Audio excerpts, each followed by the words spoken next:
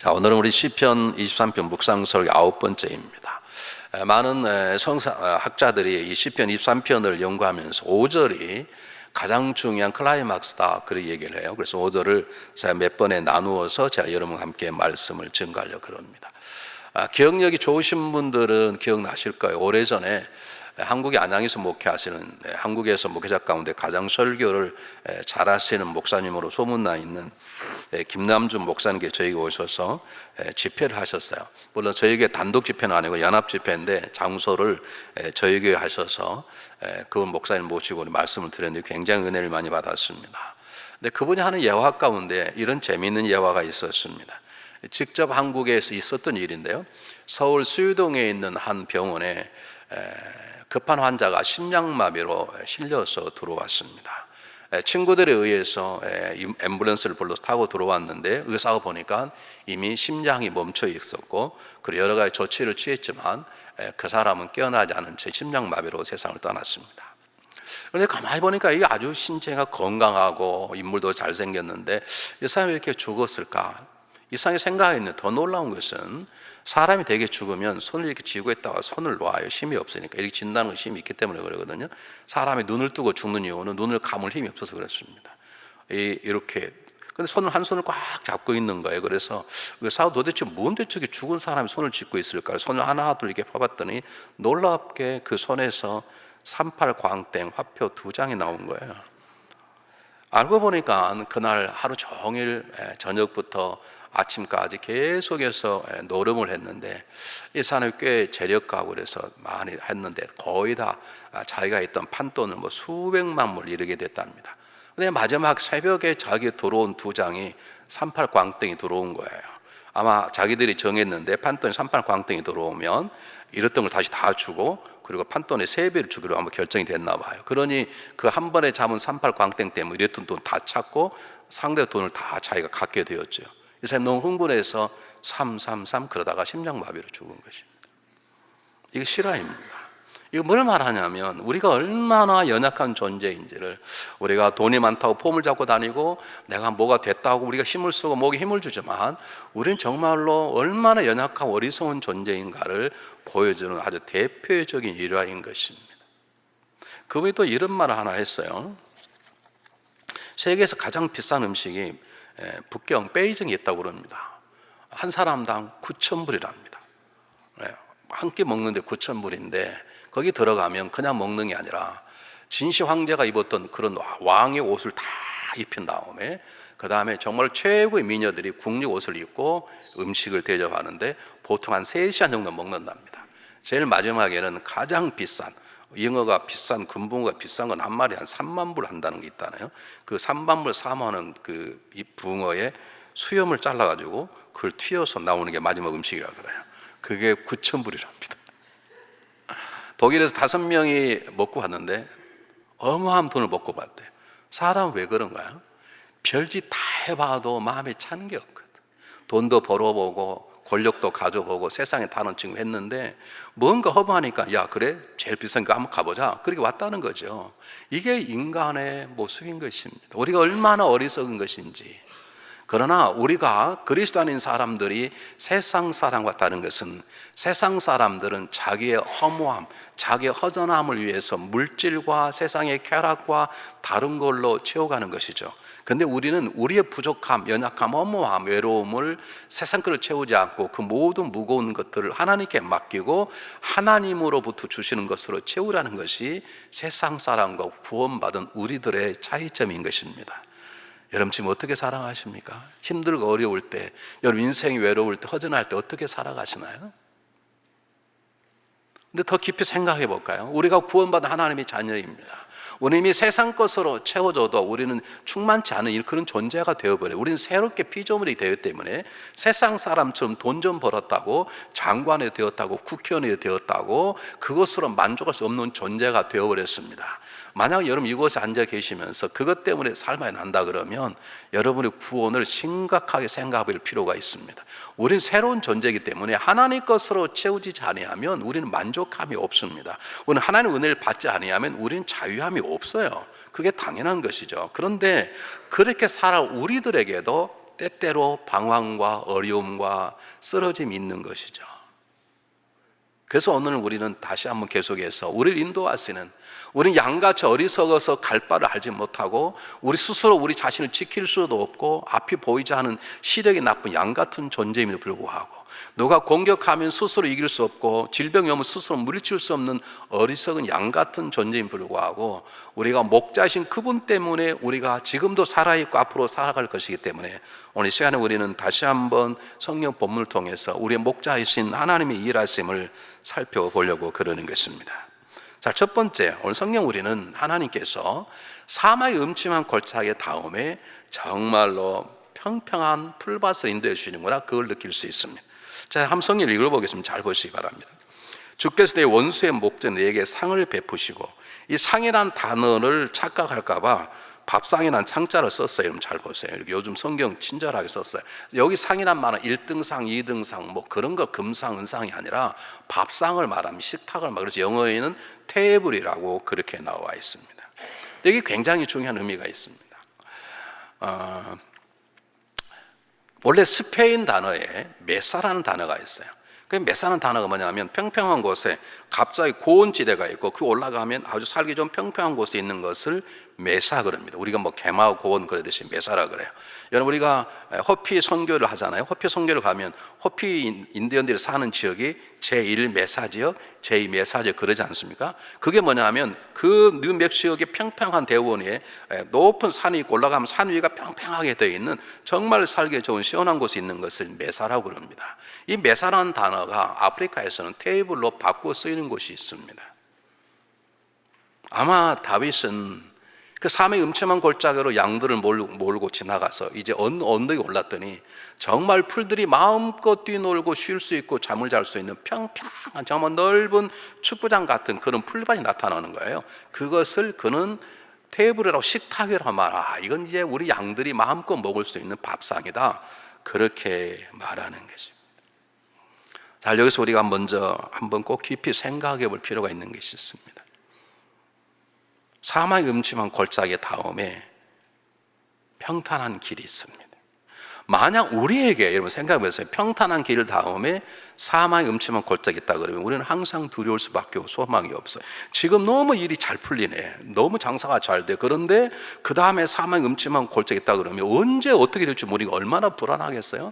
장사가 잘 되다가도 언제 망할지 모른다면. 그런데 하나님의 방법은 사막의 음침한 골짜기를 지나는 동안에 우리가 하나님을 만나게 하고, 아, 나는 아무것도 할 수 없구나, 하나님만 의지되겠다라고 하는 마음으로 하나님을 의지하게 하고 붙잡게 한 다음, 하나님을 잘 만나게 한 다음에 그리고 이제 쉴 수 있는 평탄한 길로 인도하는 것, 이것이 하나님의 지혜로운 방법인 것입니다.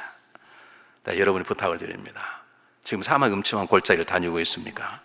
조금만 더 인내하십시오. 지금 사막 음침한 골짜기에 말할 수 없는 아픔과 어려움 가운데 있습니까? 사인 하나 하나님 사인을 주시는 거예요. 다른 이유도 있겠지만 너 남한을 의지하라, 너 나 한평 와서 기도하라, 그 말입니다.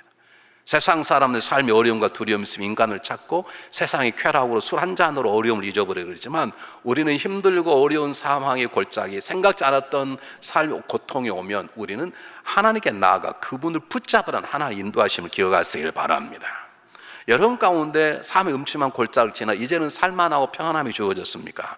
그러면 까불지 말고 교만하지 말고 개구리 올챙일적 잊어버린 것처럼 살지 말고 그렇게 하신 하나님께 감사하고, 또 그리고 지금 내 주변에 삶의 음침한 골짜기를 지나고 있는 무엇인지 모르지만 고통스럽고 힘들어하는 사람들을 찾아가서 그들이 그 삶의 음침한 골짜기를 잘 지나올 수 있도록 격려하고 위로하는 삶을 사는 것이 시편 읽는 우리들이 주신 하나님의 음성인 것입니다.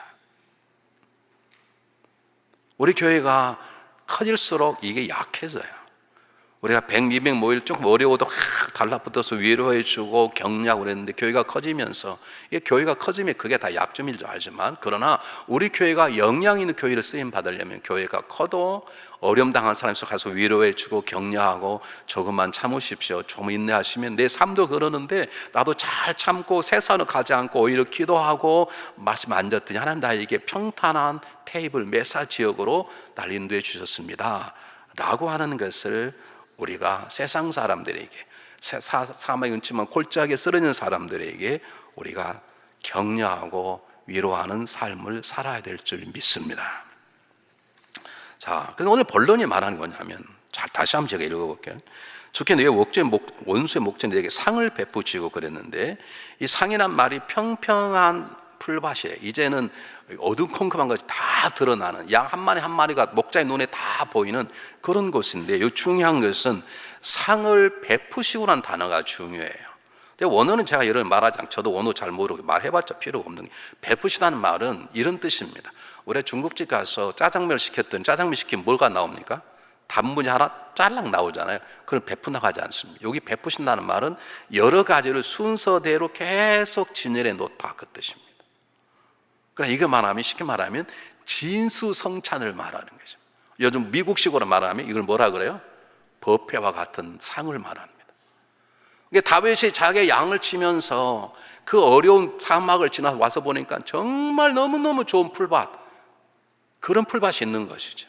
그가 인생을 살다 보니까 수많은 어려움과 고통을 이기고 나오고 보니까 하나님께서 얼마나 편한 삶을 하셨든지, 그게 단순히 반찬 하나 있는 식당이 아니라 정말 어마어마한 많은 것들이 준비되어 있는 그런 식탁에 앉아있는 자기의 모습을 발견하고 쓴 시입니다. 이 말은 이 말입니다. 목자가 이렇게 한다 그러네요. 사막을 지나 이제 사막이 음침한 골짜기에서 언덕을 올라가 풀밭이 나오면 양을 즉시 그곳을 데려가지 않는답니다. 왜냐하면 어쨌든 모든 것이 좋은 풀밭에는 모든 것들이 다 있답니다. 그러니까 사막이 음침한 골짜기는 웬만한 건 존재하지 않고 양들을 노리는 짐승들이나 지나가는 사람들이 주머니를 털려는 어떤 강도나 도둑만 숨어 있는 것이고요, 풀밭은 다 좋으니까 모든 게 다 있답니다. 근데 양들이 가장 무서운 것은 늑대가 아니고 풀 속에 숨어 있는 독사라 그래요. 그리고 그들이 아무것도 함부로 먹으면 죽는 독버섯이나 버섯, 풀, 그런 거 있다 그래. 그러면 목자가 가서 미리 뱀 있는 거 다 보고 있으면 다 잡아서 멀리 보내고, 양이 먹어서 안 될 것들이 있으면 다 제거하고, 그런 다음에 양들을 푸른 풀밭으로 인도한다는 것이죠. 이거 생각하면 누구 생각나십니까?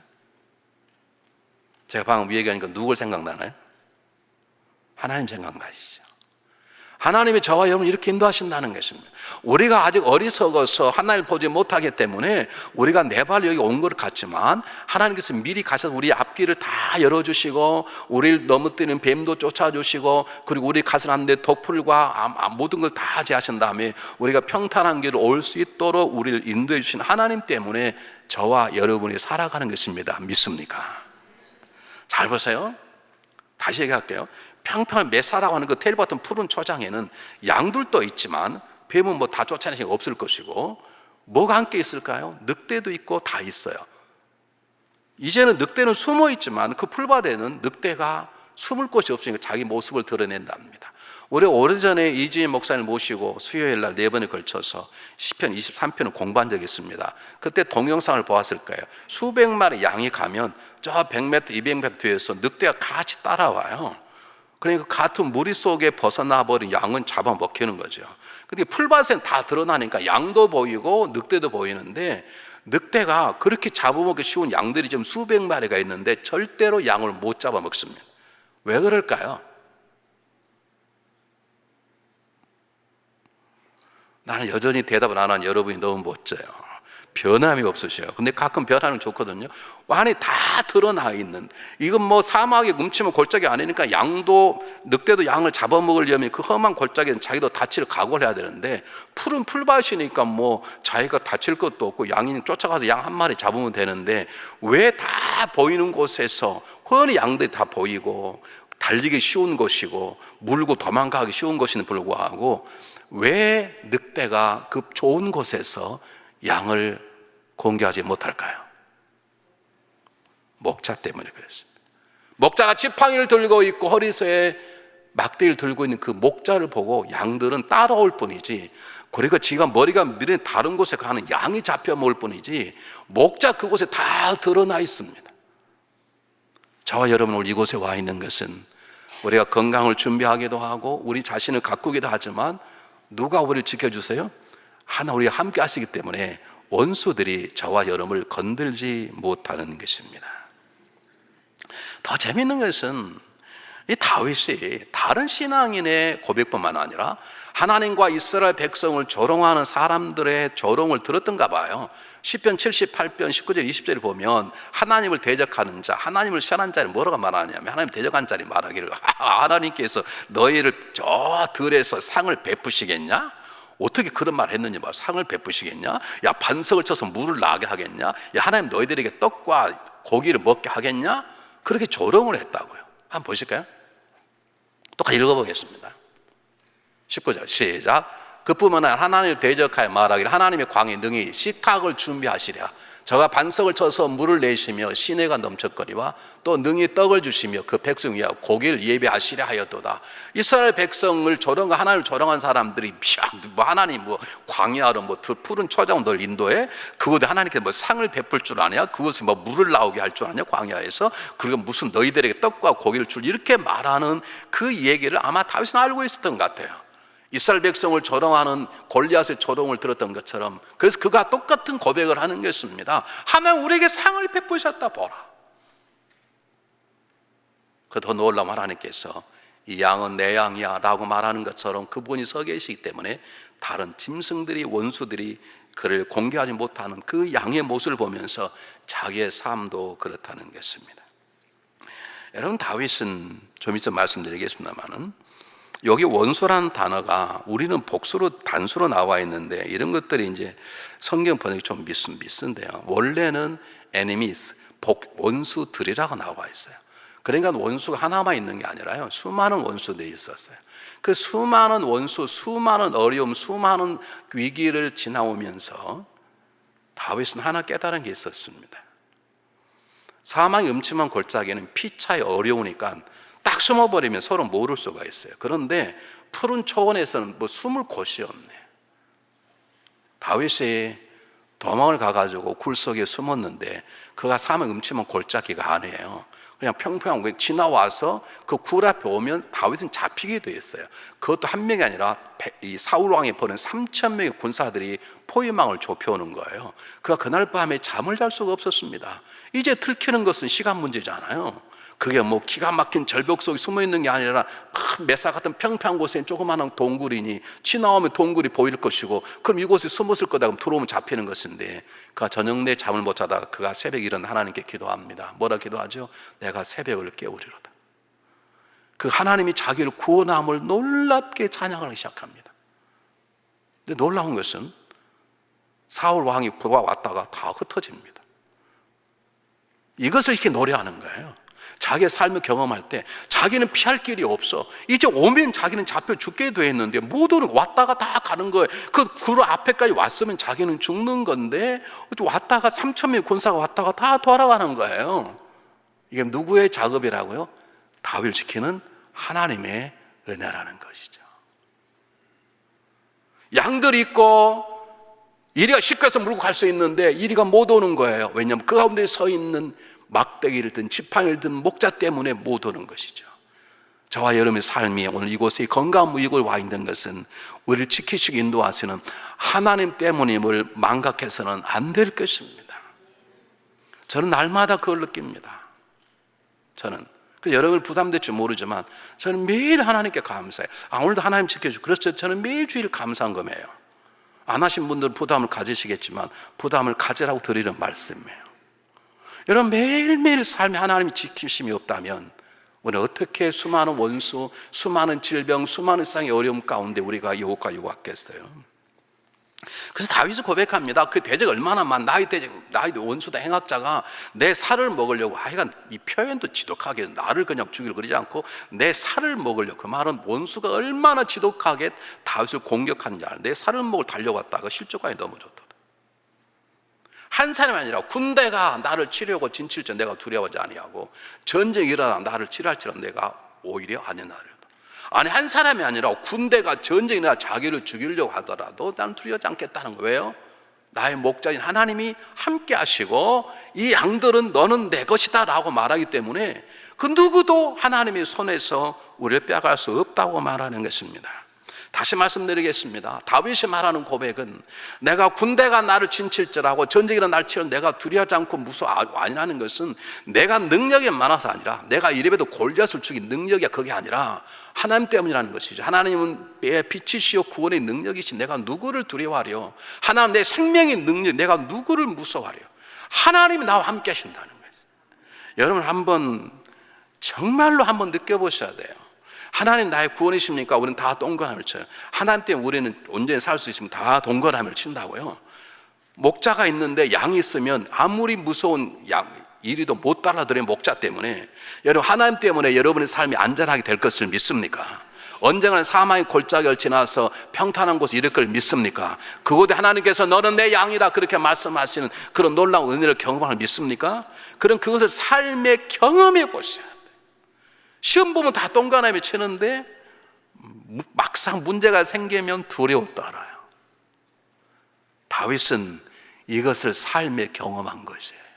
자기가 양을 치며 경험했던 것, 자기가 지팡이를 들고 서 있더니 곰도 못 오고 사자도 못 오고 때로 왔을 때 자기가 물리쳤던 그 경험을 통해서 내가 이렇게 살았던 것은 수많은 군대가 나를 죽이려고 수많은 전쟁이 있었지만 내가 죽지 않았던 것은 누가 하나님이 나의 목자가 되어주다는 그걸 경험한 것이에요.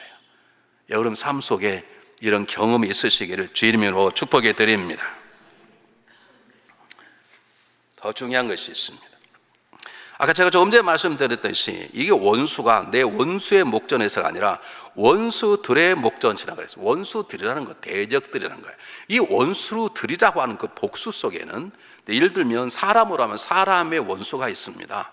예를 들면 다윗을 죽였던 압살롬, 뭐 여러 가지 이세 반란, 아말렉 군대들, 수많은 블레셋 군대들, 수많은 적들, 사람의 적도 있고 우리가 말하면 영적인 사단의 공격도 있지만 이 원수들 속에는 내 안에 있는 수치심, 열등감, 교만, 모든 것들, 세상 유혹, 내가 버리지 못한 숨겨진 은밀한 죄악들, 그 모든 것들이 나의 원수들입니다. 나를 넘어뜨려 하는 것입니다. 그 모든 것에서 우리를 온전히 지켜주시는 분 누구세요? 하나님이세요. 여러분 이것을 경험해 보시기를 바랍니다. 내가 지난주에도 한 얘기를 했는데요, 하나 더 해보겠습니다. 고등학을 다니는 학생이 하나 있었어요. 달라스에서 특수고등학교, 특별히 공부를 잘하는 애들만 다니는 학교를 들어갔는데 애가 중간에 잘못된 친구를 만나가지고 밤에 1시, 2시 계속 돌아다니는 거예요. 근데 그 어머님은 지금 선교사로 나가 계시지만 그때만 해도 집사님과 저하고 굉장히 가까이 지낸 분이신데 우리 교인이 아닙니다. 다른 교인입니다. 저와 예전에 함께 같은 교회를 섬겼던 분이어서 같이 만나 얘기를 하는데 그분이 전도사님 우리 아들이 이러니 기도해 달라고 그래서 그분도 기도하고 저도 기도하고 근데 어느 날 2시 반에 어느 집에 들어가게 됐습니다. 그 집에 들어가면 여러 명의 청소년들이 모여서 이제 완전히 망가지는 파티를 하게 돼 있어요. 마약도 하고 혼전 섹스도 하고 그런 곳에 이제 그 뭐 젊을 때 특히 어릴 때 그런 호기심이 없겠습니까? 근데 이제 문을 열고 들어가면 자기는 완전히 망가지는 것이고 거기서 망가져 버리면 두 번 다시 돌아온다는 건 정말 어려운 일입니다. 그런데 문을 열고 들어가려고 그러는데 머릿속에 우리 어머니가 지금도 날 기도하고 계시지, 그러지 어저께도 내가 늦게 들어왔는데 그때 기도하고 계셨지, 그 생각이 팍 들더라는 거예요. 그래서 이 어린애가 문을 열고 들어가지 않고 집으로 돌아왔어요. 그때까지 자기 어머니가 거실에서 아들을 꼭 기도하고 있는 거예요. 그 다음부터 그 아들은 올바른 삶을 가기 시작했습니다. 이것이 우리가 원수의 주에서 우리를 구원해 주시는 하나님의 방법입니다. 여러분 이런 은혜를 좀 경험해 보시기를 바랍니다. 이런 은혜를 지금 나의 목자 되시는 그분 때문에 내가 죄악을 손을 잡으려다가 놓아버리는 것, 나의 목자는 그분 때문에 두려움 자유에서 평안을 얻는 역사들, 원수들이 수많이 많이 있습니다. 원수는 밖에만 있는 게 아닙니다. 원수는 사단만 원수가 아닙니다. 원수는 사람만 원수가 아닙니다. 세상의 유혹 모든 것들이 내 안에 나의 마음을 흔드는 것들은 나의 원수입니다. 하나님의 관계를 멀게 하는 것 다 원수인데 그 원수가 나의 목자인 그분 때문에 내 삶에서 물러가는 그런 경험을 해보시기를 바랍니다. 죄송합니다. 사도 바울도 그런 고민을 많이 했어요. 많은 학자들이 사도 바울의 질병이 간질이다 또는 안질이다 그러는데, 사도 바울은 그뿐만 아니라 자기 마음 안에 굉장한 무거운 원수들이 있다고 고백했습니다. 내 안에 선한 마음도 착한 악한 마음이 있는데, 나는 어떻게 하나님의 선한 마음을 하지 않고 내 안에 죄된 마음을 해간다. 나는 죄인의 괴수께로 괴수로라. 로마 7장에 그랬지 않습니까? 그걸 여러 학자들이 다 해석을 해요. 아마 사도 바울은 이랬을 것이다. 우리가 짐작하는 사도 바울 마음속에 수많은 자기 자신에 대한 생각들, 그리고 그가 다녔던 주로 하는 건 주로 우상 숭배하는 것이고, 그가 세웠던 교회가 성적으로 어마어마하게 타락된 것이기 때문에 그도 지나가면서 그런 유혹을 받을 수 있을 거라고 생각하고, 가톨릭 쪽에서는 그렇게 봅니다. 사도 바울을 괴롭혔던 게 뭐냐?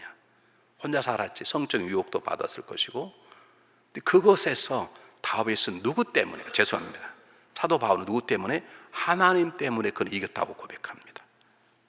내가 사방으로 애워싸움을 당하여도 쌓이지 않고, 내가 답답함을 당하여도 내가 낙심지 않고, 내가 핍박을 받아도 버림받지 않고, 내가 거꾸로 뛰을 당하여도 내가 망하지 않는다. 누구 때문에? 내 안에 있는 그리스도, 날 사랑하신 하나님 때문이라고 사도 바울은 고백하듯이 우리 모든 삶 속에 이런 고백이 있어지시기를 바랍니다. 선한 목자를 붙잡았더니 우리 질병이 떠나는 역사가 있기를 바랍니다. 내가 그분을 주목하고 그분의 말씀에 귀를 기울였더니 나를 괴롭혔던 숨겨진 죄악들이 나에게서 물러가기를 바랍니다. 내가 지금껏 떨어지지 못했던 두려움들, 근심, 걱정, 아직도 바르지 못했던 분노와 증오의 마음들, 목자는 그분을 생각했더니 수많은 것들이 나를 에워싸지만 내가 쌓이지 않고, 수많은 것들이 나를 핍박하고 나를 조라고 놀리지만 내가 낙심하지 않고, 때때로 넘어지지만 망하지 않고 다시 일어나는 놀라운 역사가 우리의 목자 되신 하나님 때문에 저와 여러분의 삶 속에 역사가 일어나시기를 주님으로 축복합니다. 그런데 여기서 우리가 꼭 잊지 말아야 할 하나가 있어요. 왜 그렇게 하나님께서 목자가 양을 위해서 뱀을 내어 쫓고 독을 다 풀고 독풀을 다 제거하고 그래서 마음껏 뛰어놀고 마음껏 쉴 수 있도록 목자가 양을 지키듯이 하나님 우리를 지키는 이유가 무엇인가? 재밌는 건요, 탈무드를 보면 일이나 사자가 한 마리 나타나면 목자는 그 이리와 싸워야 됩니다. 근데 재밌는 건 탈무드의 법칙에 하면 2마리나 3마리가 오면 도망을 쳐야 돼요. 목자가 도망쳐도 돼요. 왜 그럴까요? 한 마리가 오면 싸워서 이리와 늑대를 물리쳐야 되는데, 양을 먹으려고 2-3마리가 한 번에 공격하면 목자는 도망을 가야 돼요. 왜 도망을 가야 될까요? 여러분 한번 생각해 보십시오. 왜 그럴까요? 무슨 생명요? 목자 생명이 어쩌다는 거예요? 권사님, 그걸 더 정확히 얘기하는 게 좋죠. 목자의 생명 그러면 저는 잘 못 알아들어요. 목자의 생명이 아무것도 아니다. 목자의 생명이 귀하다. 또 목자의 생명이 무엇보다 더 귀하다. 그렇게 말씀하셔야 돼요, 권사님. 무엇보다요? 그렇죠. 목자의 생명이 양보다 귀해요. 왜냐하면 늑대가 오면 늑대가 양을 한 마리 물어갈까요? 2마리 물어갈까요? 3마리 물어갈까요? 한 마리가 물어가요. 그래서 3마리 오면 양 3마리가 있는 게 낫지, 목자가 죽어버리면 거기 양들은 차례차례 다 죽으니까 목자는 도망갈 수 있어요. 그게 이스라엘의 탈무드의 법칙이에요. 목자의 생명이 훨씬 더 중요해요. 우리 인간이 되니까 한 번에 막 20마리, 30마리 잡아가지, 동물들은 한 마리만 잡아요. 한 마리 잡아 다 먹지도 않아요. 나눠 먹지. 우리만 욕심가지고 집에다가 냉장고 3개, 4개 놓고 그냥 뭐 쳐놓고 그냥 안 먹고 나이 다 썩어서 버리고 막 별 생쇼를 다 하잖아요. 냉장고 여러 개 있으신 분들 냉장고 줄이십시오. 여러분 냉장고 때문에 굶어 죽는 사람 1년에 4천만 명씩 있습니다. 늑대들은요, 한 마리만 잡아요. 그리고 한 마리 다 먹지도 않아요. 나눠 먹지. 그러니까 양 3마리 잃어버린 게 낫죠. 목자가 죽어버리면 거기는 양 100마리는 다 죽죠. 한 마리 하면 다 동네 늑대 다 불러오죠. 그래서 2마리 오면 도망가도 돼요. 그리고 책임을 안 져요. 이게 탈무드의 법칙이에요. 그런데 우리 주님은 안 도망가세요. 안 도망한 이유가 2가지가 있어요. 우리 주님은 원수들이 와도 다 이길 만한 어떤 자예요? 전능자세요. 10,000명이 와도 그는 전능자세요. 군대가 몰려와도, 이리와 늑대가 군대로 몰려와 다 이길 수 있는 전능자가 누구세요? 하나님이세요. 예수님이세요. 뿐만 아니라 더 중요한 건 그분이 우리를 너무 사랑하셔서요, 그분이 우리 위해서 죽기까지 하실 분이세요. 주님이 뭐라고 말씀하세요? 나는 너희를 사랑한다. 그래서 난 너희를 위하여 내 목숨을 바치노라. 목자는요, 자기를 위해서 양을 키우는 거예요. 목자는 월급 받으려고 키우는 거죠. 목자는 그걸 잡아먹으려고 키우는 거죠. 목자는 양을 키워서 돈 벌려고 키우는 것이. 그런데 우리 주님은 우리를 위해서, 그분이 목자 되셨고 우리를 위해서 모든 걸 지킬 뿐만 아니라 우리를 위해서 그런 죽기까지 하시는 진정한 목자가 예수님이시고 하나님이시고, 그분 저와 여러분 삶 속에 지금도 계시는 것이래요. 믿습니까? 더 놀라운 것은 다음이에요.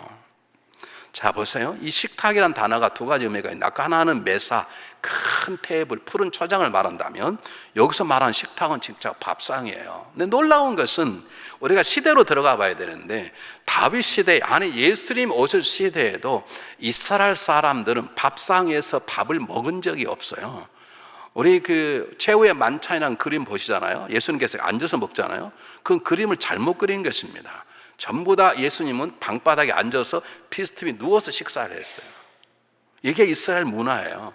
그냥 이렇게 한국 사람들 양반다리 하지 않고요, 그 사람들은 그 시대에는 다 비스듬히 누워서, 우리 같으면 싸가지 없다 그러지만 다 비스듬히 누워서 식사를 했다고요. 그 마지막 최후의 만찬 그림은 그런 책상이 없어요. 밥상이 딱 한 곳에만 밥상이 있어요. 어느 곳에만 있었게, 구약시대? 아시는 분? 밥상에서 식사하는 분 딱 한 분밖에 없었어요. 누구게요? 왕밖에 없었어요. 이 식탁은 왕의 식탁인 거예요. 부자는 밥상이 있고 그런 게 아니라 문화가, 그 시대의 문화가 밥상이 없어요. 지금도 지난번 우리 몇 년 전에 인도를 갔더니 인도에 가서 밥을 먹는데 그냥 방바닥에 앉아서 먹어요. 저만, 제가 오른쪽 왼쪽 다리가 제가 좀 아프거든요. 무릎이 좀 나가가지고. 그러니까 저만 테이블에서 그것도 숟가락 전부 다 손으로 먹어요.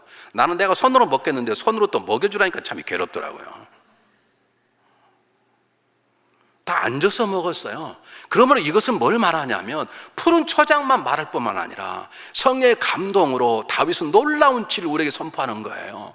우리 언젠가 하나님과 1대1을 만나는 왕의 식탁에 저와 여러분 하나님이 초청해 주셨다는 거예요. 그것도 우리가 아닌 내가 하나님 1대1로 만나셔서 그분의 식탁에 우리 1대1로 만나시기를 원하시는 것이에요. 이게 왕의 식탁의 초대예요. 이런 일이 어디가 있습니까? 여러분 생각해 보시기 바랍니다. 여러분 대통령이 여러분 1대1로 청와대 불러가지고 1대1로 식사했다 그랬어요. 아마 가문의 영광이라고 난리가 나고 수대에 걸쳐서 우리 아버지께서, 우리 할아버지께서, 우리 증조할아버지께서 막 난리가 날 거예요. 지금 1대1로 왕의 식탁에 앉아서 식사할 수 있다는 거예요. 하나님 그걸 원하신다는 거예요. 하나님은 우리가 이 세상에 물들지 않고 그분의 식탁에 1대1로 앉아서, 그래 어떻게 살았냐? 그분과 함께 1대1로 교제하기를 원하신다는 거예요. 하나님, 그래서 예수님께서 뭐라고 말씀하시면, 요한복음 3장이 앉혀 있습니다. 요한계시록 3장 20절은 뭐라고 볼지도 내가 문밖에 두드리는 문을 열면 내가 그에게 들어가 나는 그로 더불어 먹고 그런 나로 더불어 먹으리라. 1대1의 만남을 얘기하는 거예요. 자, 여러분이 한번 얘기한 적이 있는데, 정말 사랑한 사람께는요 1대1로 만나요. 제 친구가 결혼을 했는데 워낙 친구를 좋아해, 저처럼. 그래서 결혼하고 신혼여행을 갔는데 친구 5명을 데리고 갔어. 신혼여행 같이. 근성은 지금까지 30년 동안 아내한테 그것 때문에 씹히고 있어요. 아내 신혼여행은 두 명만 가야지, 은밀하게 조용하게. 근데 친하다고 친구를 데리고 가가지고, 그러니 그 부인이 그 신혼여행 때 얼마나 부담스럽고 그게 뭐가 재밌겠어요. 그리고 멍청하다 그러거든요, 여러분. 하나님은 저와 여러분 너무나 사랑하시기 때문에 저와 여러분을 1대1로 만나기를 원하세요. 어디서요? 왕의 식탁에서. 다윗이 이 진리를 깨달았어요. 그래서 사울 왕의 조카인 무비보셋이라고 하는 절름발이를 어디서 먹게 해요? 왕의 식탁에서 먹도록 하라. 나는 이럴 때 아멘 안 하는 사람 이해가 안 가. 여러분이 보통 존재가 아니에요. 제발 대강대강을 하나님 1대1로 만나서 식탁에 초대를 받는 사람인데 어떻게 대강대강을 살라 그러시냐고. 자존감이 있으셔야지. 그런데 여러분 기억하세요. 한 생각이 이게 말이 되는가. 상은 한 번인데 식탁은 단수예요. 그런데 원수들은 복수예요. 한 번의 식탁에 원수를 물리쳤다는 뜻이에요. 그런데 그러면 지금 식탁을 한 번 차렸는데 원수들이 한 번에 수백만이 덤빌다는 뜻이 아니고요. 오늘 밥상을 한 번 차렸는데 원수가 오늘 또 오고 내일 또 오고 모두 계속 온다는 뜻이에요. 여러분, 이런 식탁이 있습니까? 이게 무슨 식탁일까요? 다시 말씀드릴게요. 제가 말이 빠른가 천천히 할게요. 식탁은 단수예요. 우리 밥상에 한 번의 밥상이에요. 그런데 원수들은요, 복수예요. 그 말은 지금 왕과 식사를 하고 있는데, 그런데 적들이 계속 그런 뜻이 아니고요. 왕과 식사하고 있는데 오늘 또 원수가 공격하고 내일 또 공격하고 한 달 계속 공격하는 뜻이에요. 그럼 이런 밥상이 어디가 있겠냐고요. 이런 밥상이 뭐예요? 혹시 아시는 분? 이것이 예수 그리스도의 십자가 사건이에요. 그분이 한 번의 죽음으로 영원한 승리를 우리에게 주셨어요. 그리고 그걸 기념하는 식탁이 뭐예요? 성찬이에요. 성찬은 계속하는 게 단 한 번의 사건이에요. 그런데 그 한 번의 사건을 기억할 때마다 원수들은 우리 가운데 가지 못해요. 이것이 승리의 식탁이고 승리의 십자가예요. 한번 성경을 한번 보겠습니다. 히브리서 10장 12절 14절 잘 보세요. 성경을 좀 많이 읽으셨으면 좋겠어요. 히브리서 10장 12절 14절.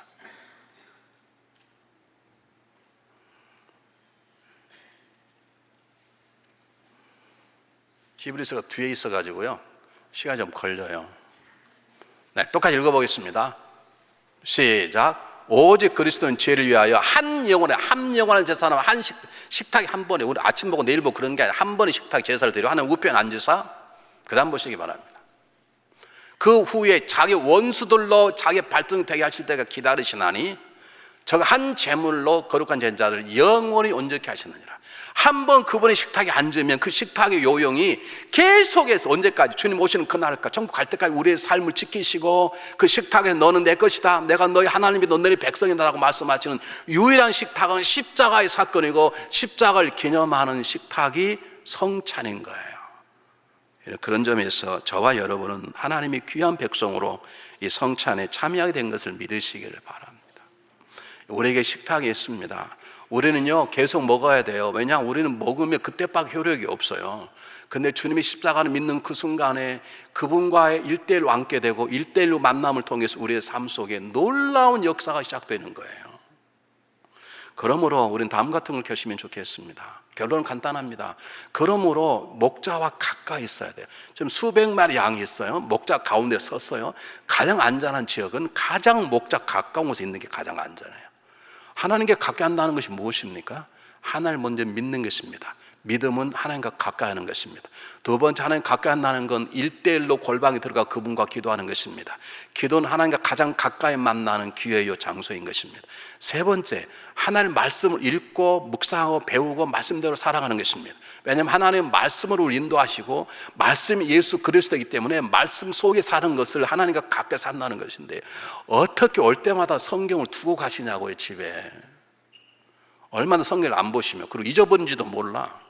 성경을 안 보니까, 그래도 성경을 잊어버린지도 모르시지.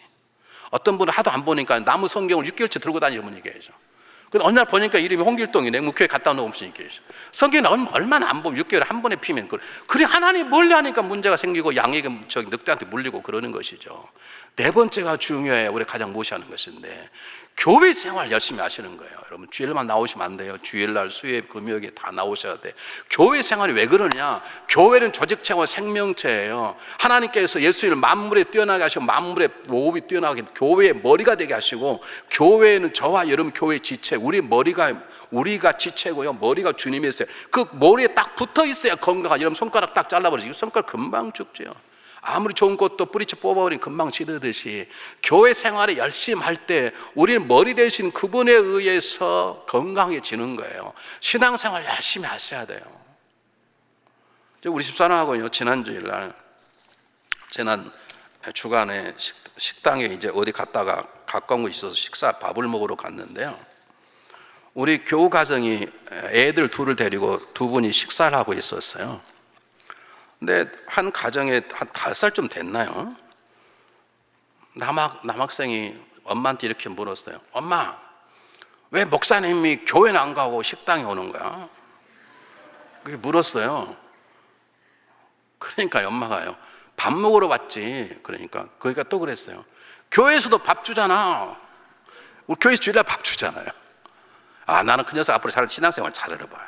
애들 벌써 교회, 목사 그러면 교회 있는 줄 알아. 오늘도 예배도 이 자리에 없는 분 얼마나, 지금도 푸른 초대가 계신 분 얼마나 많아. 다섯살 어린애도 목사님은 교회에 있을 줄 알고, 목사님 밥도 교회에서 먹을 줄 알아야 돼. 여러분, 교회 생활이 중요한 거예요. 교회 생활이 중요한 거예요. 주님과 가까이 하시면 돼요. 내가 능력 없어도 주님과 가까이 하면 살아요. 내가 능력 없어도 주님의 사랑하심 때문에 우리는 승리할 수 있어요. 믿습니까? 주님과 가까이 하십시오. 주님과 가까이 하십시오. 주님과 가까이 하십시오. 기도하겠습니다.